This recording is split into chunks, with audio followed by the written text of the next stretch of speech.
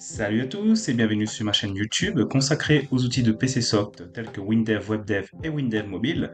Pour ceux ou celles qui ne me connaissent pas, moi c'est Julien, développeur indépendant sur les solutions de PCsoft. Alors, dans ma vidéo précédente, nous avons vu comment créer notre premier fichier de données. Donc, dans cette nouvelle vidéo, nous allons voir comment créer des liaisons entre différentes tables. Donc, dans notre exemple, nous allons faire par exemple, un client peut avoir plusieurs produits. Alors, ce que nous allons faire, c'est déjà créer notre table produit. Donc, on va sur l'onglet Analyse, Nouveau fichier. Je crée une nouvelle description de fichier de données vierge. Suivant.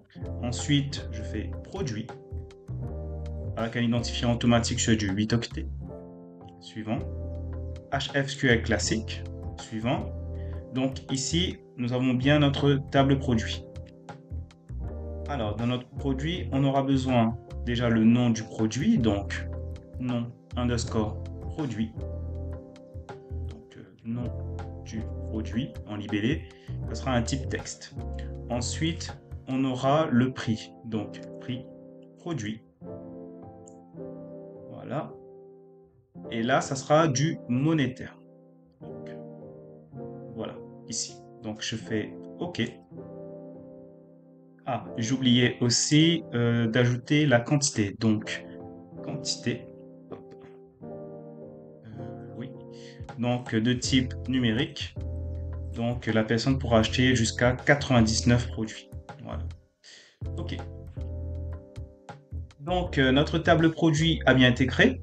Pour faire la liaison entre la table client et produit, c'est tout simple. Il faudra venir ici en haut à gauche, cliquer sur le bouton Nouvelle liaison. Voilà.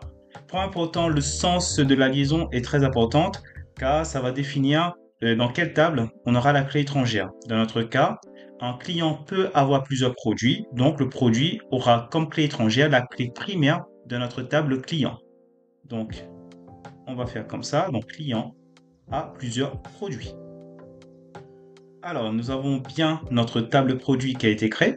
Pour faire la liaison, c'est simple. Il faudra venir ici, cliquer sur le bouton Nouvelle liaison. Voilà. Point important, il faudra bien choisir la direction de la liaison. C'est-à-dire que quelle table fera clé étrangère dans l'autre table. Dans notre cas, le client peut avoir plusieurs produits.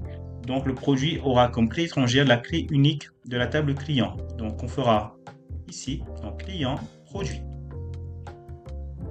Alors, nous arrivons sur la description de liaison, donc qui va nous permettre de définir le comportement de la liaison entre la table client et la table produit.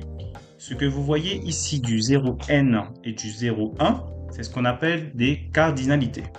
En fait, ça se lit comme ça. Donc, un client peut ne pas acheter un produit et un produit peut ne pas être acheté par un client. Mais si jamais vous faites oui, oui, donc par exemple du 1N et du 1,1, ça voudra dire que le client doit acheter au moins un produit et un produit peut être, du moins, est acheté obligatoirement par un client. Dans notre cas, ça ne sera pas le cas parce qu'un client n'est pas obligé d'acheter un produit et un produit n'est pas obligé d'être acheté par un client. Voilà. Du coup, nous avons aussi le champ libellé. En fait, le champ libellé, ce n'est pas obligatoire, mais ça peut aider dans le cas si vous travaillez en équipe ou bien une nouvelle personne arrive dans l'équipe et vous devez, du moins, cette personne doit comprendre à peu près comment fonctionne la relation entre la table client et la table produit, dans notre cas. Donc ici, je peux mettre peut acheter. Voilà. Donc on fait suivant. Donc ici, on va sélectionner quelle clé fera clé étrangère dans la table produit. Donc par défaut, il va récupérer la clé primaire de notre table client. Mais si vous avez des clés uniques dans la table client, vous avez la possibilité de les sélectionner en tant que clé étrangère. Dans notre cas, je vais rester sur ID client. Donc vous avez la possibilité de modifier le nom de la clé. Donc moi, je reste toujours sur ID client, suivant. Et ici, vous avez tout ce qui est contrainte d'intégrité. En fait, c'est une surcouche de sécurité en termes de base de données. Donc, dans notre cas, ça va interdire la suppression d'un client qui a au moins un produit. Donc, pour supprimer le client, il faudra supprimer tous ses produits. Et pour la modification, pareil. Si vous voulez, par exemple, que l'ID d'un client ne soit pas modifié, il y a possibilité que, du moins, d'interdire la modification d'une clé client qui a au moins des produits. Voilà. Donc, on fait suivant, terminé. Donc ici, nous voyons bien que la table client et la table produit sont liées. Et nous avons le champ libellé PHT qui pourra permettre aux membres de l'équipe ou bien à une personne extérieure qui va reprendre le projet de comprendre la relation entre la table client et produit. Voilà. Donc, ça sera tout pour cette vidéo. Nous avons pu voir comment faire des liaisons de données entre différentes tables sur WinDev. Donc, c'est le même principe sur WebDev et WinDev mobile. Donc, si la vidéo vous a plu, n'oubliez pas de vous abonner, de cliquer sur la petite cloche de notification, de mettre un petit pouce bleu, ça me ferait très plaisir. Et on se dit à très bientôt dans une prochaine vidéo. Ciao!